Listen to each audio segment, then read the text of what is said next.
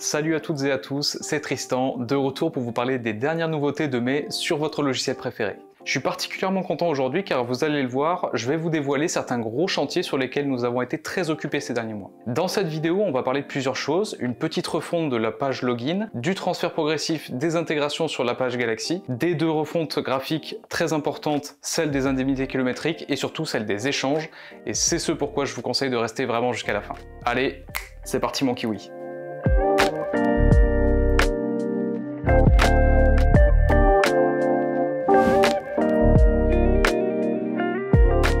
Bon, on va commencer tranquillement avec la refonte de notre page connexion. Je pense que la plupart d'entre vous ont dû déjà la voir et l'utiliser, mais nous avons remis un bon coup de pinceau sur notre page de connexion pour la rendre plus agréable. Sympa, non ? On continue le travail sur la Galaxy. On en parlait déjà dans la vidéo précédente, mais nous avons fait un travail vis-à-vis des intégrations avec Axonote. La première pierre à l'édifice, c'était de refondre complètement l'interface de notre Galaxy, le store sur lequel nous rangeons tous les petits services annexes qui peuvent néanmoins vous être utiles. Avant, nos intégrations avec certains partenaires étaient cachées dans certains panneaux de configuration avancés. Aujourd'hui, le but de notre travail, c'est vraiment de rassembler l'intégralité des intégrations sur cette page, mais aussi d'en développer de nouvelles pour vous permettre de lier vos outils préférés entre eux. En résumé, la configuration des intégrations va progressivement basculer sur cette interface pour donner une vision plus claire et plus simple des intégrations que vous pouvez ou avez mises en place. Nous l'avons déjà fait pour PayPal, Stripe, GoCardless, nous allons continuer de le déployer pour les autres intégrations existantes et bien sûr, celles à venir. Nous y voilà. Ça fait déjà plusieurs épisodes qu'on vous dit et qu'on vous montre notre travail sur les différentes fenêtres qui sont utilisées pour vous permettre de créer des choses dans Axonote, comme par exemple des clients, des produits et bien d'autres choses. Vous avez déjà vu les évolutions pour la création de contacts et de produits. Désormais, c'est à celle des indemnités kilométriques d'y passer. Concrètement, il y a une bonne repasse sur tout l'aspect graphique de cette fenêtre pour la rendre beaucoup plus graphique et simple. Désormais, vous pouvez également voir en temps réel le montant de votre indemnité lors de la saisie, ce qui n'était pas possible avant. Vous pouvez également créer des indemnités à la suite, c'était pas possible avant non plus, et beaucoup d'entre vous nous ont fait remonter ce cas d'utilisation, et c'est chose faite grâce à ce nouveau bouton. On gagne un clic et ça fait plaisir. Autre amélioration à venir qui n'est pas encore en production mais qui va bientôt l'être, c'est le barème pour les deux roues qui sera très prochainement intégré. Et on va boucler cette vidéo de news avec les échanges. Alors pour celle-là, je veux vraiment un maximum de pouces bleus sous la vidéo et vous allez comprendre pourquoi. Pour rappel, cette fenêtre d'ajout d'échange, c'est celle que vous utilisez 100% du temps pour noter vos rendez-vous. Noter des comptes rendus, saisir un email, bref, c'est vraiment une pierre angulaire de la partie CRM et de la gestion avec vos clients. On a récolté énormément de feedback sur cette partie-là et déjà pour commencer, je voulais vous remercier pour ça. C'est donc l'un des plus gros chantiers sur lesquels nous avons travaillé ces derniers mois.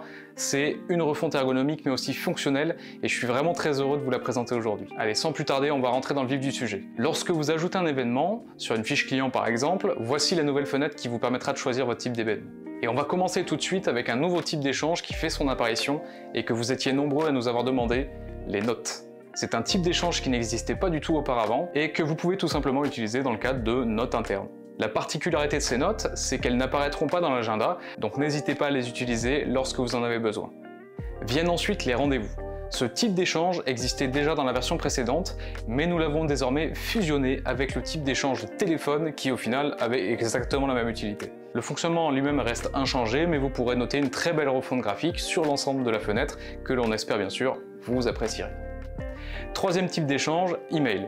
Ici, il y a eu à la fois une refonte graphique mais aussi fonctionnelle. Nous nous sommes inspirés des plus grands services de messagerie pour mettre en place cette nouvelle interface pour envoyer des emails. Désormais, vous pouvez ajouter des destinataires beaucoup plus facilement, en copie ou en copie cachée, c'était pas du tout possible avant. Vous pouvez également ajouter un destinataire qui n'est pas forcément enregistré dans votre répertoire Axonote, c'était pas non plus possible avant. La gestion des pièces jointes a également été améliorée pour être plus lisible et plus pratique à utiliser. Et enfin, vous pouvez désormais programmer l'envoi d'email en cliquant sur la petite flèche à côté du bouton envoyer. Une fois programmé, votre email s'enverra automatiquement à la date et à l'heure choisie. Il sera bien entendu affiché comme en attente d'envoi dans le fil d'échange sur votre fiche client.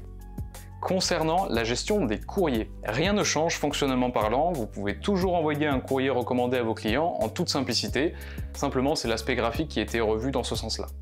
Et enfin, le dernier type d'échange, le SMS. C'est un type d'échange qui jusqu'ici n'était disponible que dans le cadre des campagnes marketing, c'est-à-dire des envois de masse.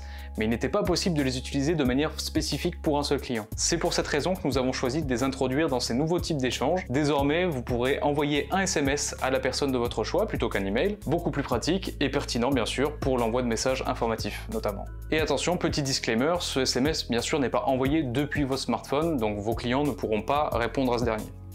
Voilà pour ces news de mai, j'espère qu'elles vous plairont et si c'est le cas, je le répète, faites vraiment exploser le compteur de pouces bleus juste en dessous de la vidéo. C'est vraiment le meilleur moyen pour nous de savoir si ces dernières avancées vous ont plu. Si vous avez d'autres questions, bien sûr, n'hésitez pas à nous envoyer un message, on se fera un plaisir de vous aider.